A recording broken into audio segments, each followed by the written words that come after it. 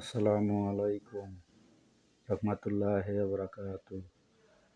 কেমন আছেন সকলেই? আজ 7 নভেম্বর, রোজ শুক্রবার। আমাদের মুসলমান ভাইদেরকে বলছি,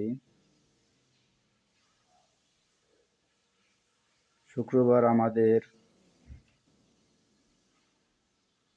এক সপ্তাহ পর আসে। আমাদের মনে হয় এই শুক্রবার আমাদের ঈদ উৎসব।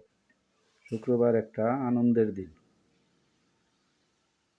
তাই আমরা সকলে মিলে চলেন আনন্দটা করে আসি সেই আল্লাহর নামে জামে মসজিদ শুক্রবার জুমার নামাজ পড়িতে সকলেই মিলে যায়।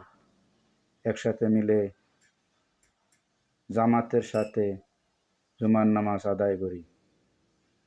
শুক্র আলহামদুলিল্লাহ।